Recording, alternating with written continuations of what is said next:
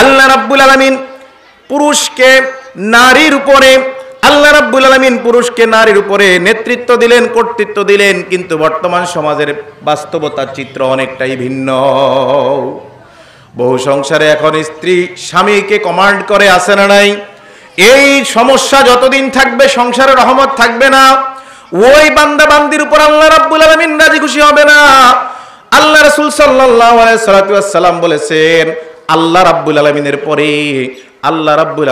পরে যদি আমি আল্লাহর নবী কাউকে দুনিয়ার জমিনে সেজদা করার হুকুম দিতাম, তাহলে নারীকে হুকুম দিতাম তার স্বামীকে সে যেন সেজদা করে।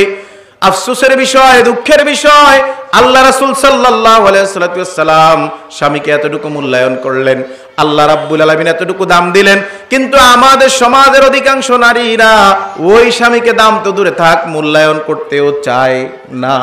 বরঞ্চ সংসারের অনেক সিদ্ধান্ত এখন স্ত্রীরা নেয়। কিন্তু শরীয়ত সিস্টেমটা করেছিল স্বামী এবং স্ত্রী যে কোনো ব্যাপারে তারা দুইজনে মিলেই অবশ্যই সিদ্ধান্ত নেবে, পরামর্শ নেবে। যেই পরামর্শটা তাদের জন্য উত্তম সেটাই তারা গ্রহণ করবে, ঠিক কিনা? আমরা আজকের এই মাহফিল থেকে এটাও শিখলাম ইনশাআল্লাহ।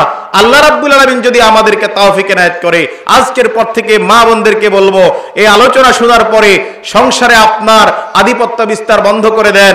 যে কোনো সমস্যায় স্বামী স্ত্রী উভয় মিলে পরামর্শ নেন, যেভাবে সুন্দর হয় সেভাবে কাজ করেন। রহমত এবং শান্তি আপনার সংসারে রব্বুল আলামিন পয়দা করে দিবে বলে আমিন। আল্লাহ রাব্বুল আলামিন সূরা নিসা 34 নম্বর আয়াতে আল্লাহ রাব্বুল আলামিন বলেন, আর-রিজালু কাওয়ামুনা আলান নিসা।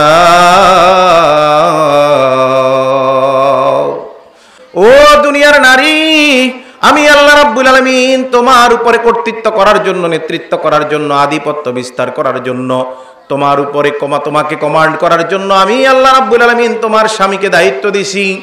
এখন যদি দুনিয়ার কোন স্ত্রী এটা মেনে না নেয়, সে হাজারো নামাজ আদায় করুক, হাজারো রোজা থাকুক, হাজারো হজ করুক, কোনো লাভ নাই, কোনো লাভ নাই, কোনো লাভ নাই। ওই নারী কখনো ইমানদার হতে পারবে না, ওই নারী কখনো জান্নাতে যেতে পারবে না। ওই নারী আল্লাহ রাব্বুল আলামিনের আদেশ নিষেধ পালন করে নাই, তার জন্য সে একজন অবাধ্য নারী। যেই নারী এই অবস্থাটা হবে, স্বামীর কমান্ড মানবে না, সে স্বয়ং আল্লাহ রাব্বুল আলামিনের আদেশকে উপেক্ষা করলো। আল্লাহ রাব্বুল আলামিন এরপরে বললেন সূরা নিসা 34 নম্বর আয়াত, বিমা ফাদ্দালাল্লাহু বা'দাহুম আলা বা'দিন। কেন তোমার স্বামীকে তোমার উপরে আল্লাহ নেতৃস্থানীয় বানালেন? কেন তোমার স্বামীকে তোমাকে কমান্ড করার ব্যবস্থা করে দিলেন? তার কারণ কি? তোমার উপরে আল্লাহ তাকে ইজ্জত দিলেন, সম্মান দিলেন, স্থান করে দিলেন। এর পেছনে একটা কারণ আল্লাহ রাব্বুল আলামিন স্পষ্ট বলে দিলেন, ওয়া বিমা আনফাকু মিন আমওয়ালিহিম। কারণ তোমার স্বামী তোমার ভরণ পোষণ, তোমার খাওয়া দাওয়া সব কিছুর খরচ দেয়। যদি আল্লাহ রাব্বুল আলামিন আমাকে আপনাকে তৌফিক দেয়, তাহলে আমরা চেষ্টা করব স্বামী যারা আছি স্ত্রীর বিভিন্ন রকম ইসলামিক যে চাহিদাগুলো আছে ইসলামের নিয়মের মধ্যে, সেটা পূরণ করার আমরা চেষ্টা করব। আল্লাহ তৌফিক দেয় বলে আমিন।